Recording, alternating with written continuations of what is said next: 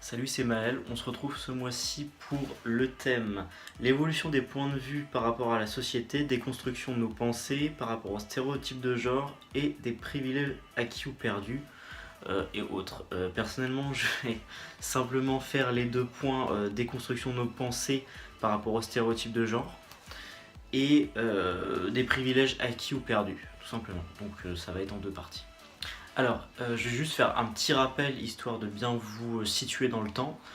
Pour ceux qui débarquent sur la chaîne et qui ne connaissent pas mon histoire, j'ai fait mon coming out FTM trans à 14 ans, j'en ai 22. Et depuis toutes ces années, je dois dire que l'évolution de mes points de vue par rapport à des tas de choses ont évolué, ça c'est sûr. Déconstruction de nos pensées par rapport aux stéréotypes de genre.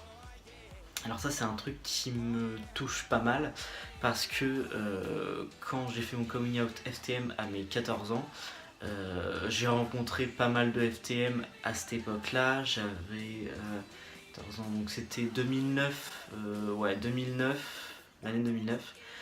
2010 surtout, j'en ai vraiment rencontré, j'ai vraiment été sur les premiers groupes Facebook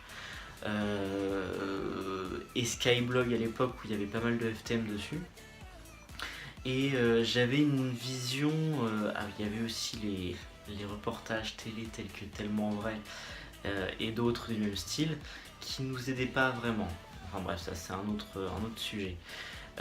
Et du coup j'avais une vision très particulière de ce que devait être une personne trans, de ce que devait être une personne FTM. Donc pour moi il n'y avait que les FTM et les MTF, d'homme vers femme, de femme vers homme, enfin c'était hyper binaire, c'était comme ça. Et donc quelqu'un qui était du genre masculin, un FTM du coup qui se retrouvait dans le genre masculin, je voyais les stéréotypes qu'avec cheveux courts, une certaine masculinité dans les habits, dans une façon de se comporter, en fait, de ce que devait être un homme par rapport à la famille où j'ai grandi, par rapport aussi à ce qu'on voyait à la télé, par rapport au FTM qui était représenté dans les médias, les FTM qui s'exposaient sur internet. À chaque fois c'était vraiment une masculinité hyper stéréotypée. Et je pense que les FTM à l'époque le faisaient, j'imagine, volontairement pour être reconnus en tant qu'hommes, même si c'était pas forcément leur personnalité, parce qu'il y a certaines personnes que je connais encore actuellement, que j'ai découvert sur des skyblogs, qui sont maintenant plus du tout comme ils étaient avant au niveau de leur masculinité. Tout comme moi en fait, tout autant. Sauf qu'aujourd'hui, j'ai 22 ans et je sais pas si je peux dire ça comme ça, mais je suis totalement déconstruit par rapport au genre globalement, de ce que je peux penser par rapport au genre, mais par rapport au mien surtout. Et le fait que, en fin de compte, quand j'observe le genre masculin, le genre féminin binaire, je ne me reconnais dans aucun. Alors je préfère, et j'ai pris l'habitude, et je ne veux pas qu'on me genre autrement qu'au masculin, que Maël, il, avec des terminaisons masculins. Mais si je devais un peu parler de quel genre je m'identifie vraiment, quelque chose d'hyper profond, ça serait aucun des deux. Il y a des personnes non binaires qui s'identifient à deux genres, trois genres ou pas de genre. Mais ça c'est vraiment une définition propre de ce qu'est une personne agenre, parce que certaines personnes vont dire qu'une personne agenre est tout le temps agenre, c'est-à-dire qu'elle n'a pas de genre. Et il y a aussi les personnes fluides qui, donc comme moi, je suis la plupart du temps du genre masculin selon les stéréotypes.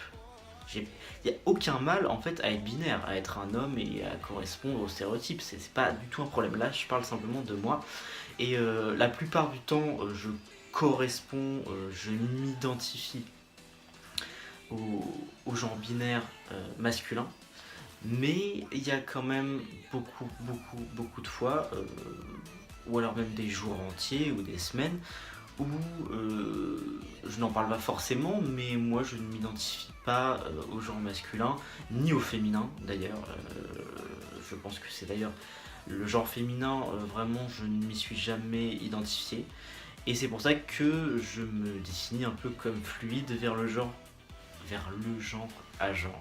Donc si on le compte, ça dépend vraiment des personnes. Sauf que quand on voit mon travail de déconstruction des stéréotypes de genre tout au long de ma transition, c'est-à-dire pendant environ 8 ans, il y a 8 ans, il y a 7 ans, ou il y a même 6 ans, il y a même encore 5 ans en arrière, peut-être même 4 ans en fait, jamais de la vie j'aurais pu penser comme je pense actuellement. Non, jamais de la vie, je pense que je serais arrivé je sais pas, à ce chemin de pensée parce que j'avais une vision hyper stricte, stéréotypée de ce que devait être un homme et de ce que je devais être. À l'époque, il y a quelques années, je voyais seulement les extrêmes des stéréotypes, une féminité extrême, une masculinité extrême, et là maintenant 8 ans après mon coming out trans, et une fois surtout que moi j'ai fait ma transition médicale que j'estime terminée, ça fait plus de 4 ans que je suis sous T, et donc à vie maintenant, comme j'ai fait l'hystérectomie, ça aussi fait que maintenant je pense comme je pense et que j'ai le genre que j'ai. Je pense que ça a aidé à ça. Au fond, j'ai toujours eu le même en fait, mais ça m'a aidé, je pense, à peut-être mettre le nom ou des noms sur ce que je vis. C'est pas, enfin, c'est vraiment dernièrement où j'ai été sur des groupes non binaires et où j'ai parlé avec des personnes à genre ou fluides ou que sais-je encore, que j'ai vraiment mis un nom. Avant je me sentais pas mal par rapport à ça, mais c'est juste que maintenant j'ai mis un nom dessus, c'est tout. Maintenant la partie les privilèges acquis ou perdus. Alors je dirais plutôt privilèges acquis, étant donné que je suis perçu comme un homme. J'ai fait mon coming out à 14 ans jusqu'à mes 18 ans, à ma première prise d'hormones. Donc j'étais genré au masculin parce que c'est ce que je souhaitais par rapport à ma famille et mes amis. Mais c'est vrai que j'avais pas un passing top, c'est-à-dire que j'étais souvent mégenré, c'est-à-dire que souvent je me claquais du mademoiselle et pas forcément mon dead name, mon prénom de naissance, parce qu'on va dire qu'il m'a jamais vraiment dérangé étant donné que c'est un prénom allemand que les gens en France connaissaient très peu. Beaucoup pensaient que c'était soit un prénom mixte ou un prénom masculin. Donc ça encore, ça n'a pas été vraiment un problème. Mais je pense qu'il faut quand même avouer que à partir du moment où j'ai vraiment été reconnu, genré entièrement au masculin tout le temps, j'ai clairement des privilèges. Je pense surtout au niveau de la sécurité.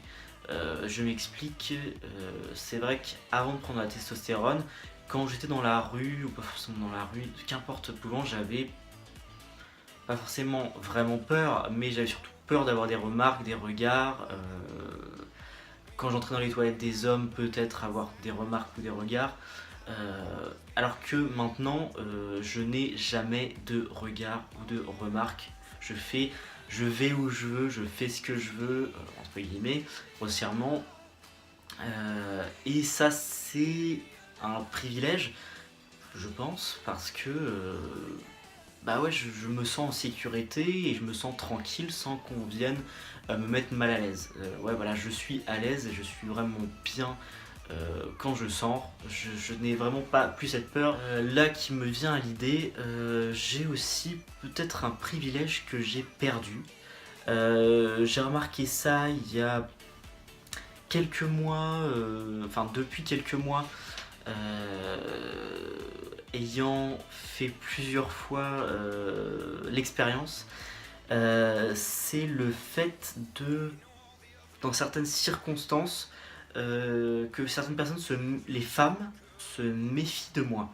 Euh, je sais plus trop quand, il me semble que j'étais à la gare, j'avais un problème de réseau phénoménal sur mon téléphone, il fallait absolument que je contacte quelqu'un, et j'ai demandé à une femme, pas loin, vraiment toute proche, si je pouvais utiliser son téléphone.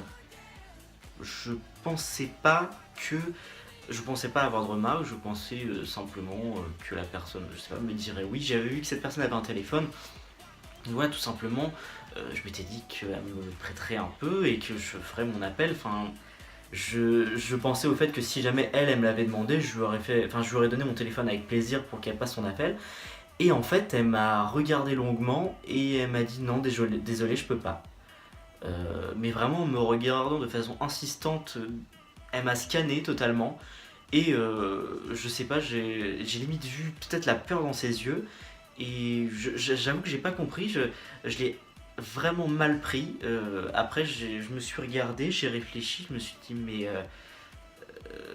Enfin, je pensais pas faire peur, je ne pense pas faire peur, mais sur le moment j'étais isolé avec elle et j'étais perçu comme un homme sans doute cisgenre. Elle s'est pas posé plus de questions à part que j'étais un homme et que j'étais seul avec elle et que je lui demandais son téléphone portable et que j'allais peut-être, je sais pas, lui voler, partir avec ou l'agresser, je sais pas. Et j'avoue que je l'ai vraiment mal pris parce que je sais que quand je faisais ce genre de demande aussi conne que demander un téléphone quelques secondes, quelques minutes pour passer un appel important pour des tas de raisons, je sais que avant de paraître vraiment d'être genré en tant qu'homme, ça m'était pas arrivé. Les gens me prêtaient volontiers leur téléphone. Au contraire, étant perçu comme fille, ça leur faisait plaisir de dépanner une pauvre jeune fille qui avait besoin d'un téléphone et qui était totalement perdue en gare. Et que là, du coup, d'être perçu comme un homme, c'est genre, ouais, ouais, attention quand même, hein, va pas trop loin avec mon téléphone. Euh, Homme, voleur, homme, insécurité, c'est tout ce que j'ai vu en fait. Je me suis dit, mais c'est tout ce que je renvoie à l'insécurité, le voleur quoi. Alors que je pense effectivement qu'un voleur n'a pas de visage ou d'apparence, mais sur le moment je me suis dit, merde, c'est vraiment ça que je ressemble. Je sais pas si c'est un privilège perdu, mais quand je suis dans la rue seul, euh, plutôt de nuit, mais même de jour, dans une rue avec une femme, et que j'ai le malheur de marcher derrière elle, parce que les événements font que, je sais pas, je sors d'un immeuble, d'un magasin, de je ne sais où, que la femme passe devant moi et que moi je me retrouve à marcher derrière elle tranquillement, je suis sur mon téléphone, voilà, je fais ma vie en ville, quoi. Et que je sens cette femme, ou cette jeune fille, ou cette fille devant moi, je sens le malaise. Clairement, je sens un malaise qui s'installe, la personne qui s'éloigne de moi, surtout évidemment de nuit, ce que je peux comprendre, entre guillemets. Ce que je peux comprendre parce que c'est des stéréotypes bien installés, mais moi j'ai pas envie que cette fille qui marche devant moi, elle ait peur. Euh, voilà, je suis là, je marche, je fais ma vie, elle marche devant moi, elle fait sa vie. Euh, donc je sais pas si c'est un privilège perdu, le fait de se faire sentir à la personne qu'elle est en sécurité. Et c'est vrai que si j'avais été une femme en apparence, tout simplement, je pense que la femme qui est devant moi, qui marche dans son sens et moi marche dans le même sens derrière elle, en tant que femme, je pense elle se serait pas méfiée, elle aurait pas eu peur, elle aurait simplement vaqué à ses occupations. Sauf que le fait que je suis un homme derrière elle, elle sent peut-être une oppression, elle a peut-être la peur que je vais l'agresser, je sais pas, je m'imagine. Hein. Et ça, je trouve ça dommage, triste. Ça me blesse peut-être aussi un peu parce que j'ai pas envie de faire peur à une femme. J'ai envie de faire peur à personne en fait. Donc c'est gênant, je le remarque de plus en plus. C'est vrai que plus j'avance avec les années sous testostérone et plus j'ai peut-être un physique adulte et masculin, plus je remarque ce genre d'événements. Voilà, j'espère que j'ai été assez clair pour ces deux parties sur la déconstruction par rapport aux stéréotypes de genre et par rapport à le gain, enfin le fait de gagner ou de perdre des privilèges.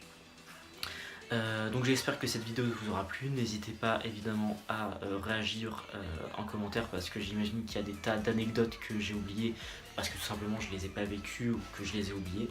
Donc n'hésitez pas à vous par rapport au sujet en tant que cisgenre ou transgenre répondre.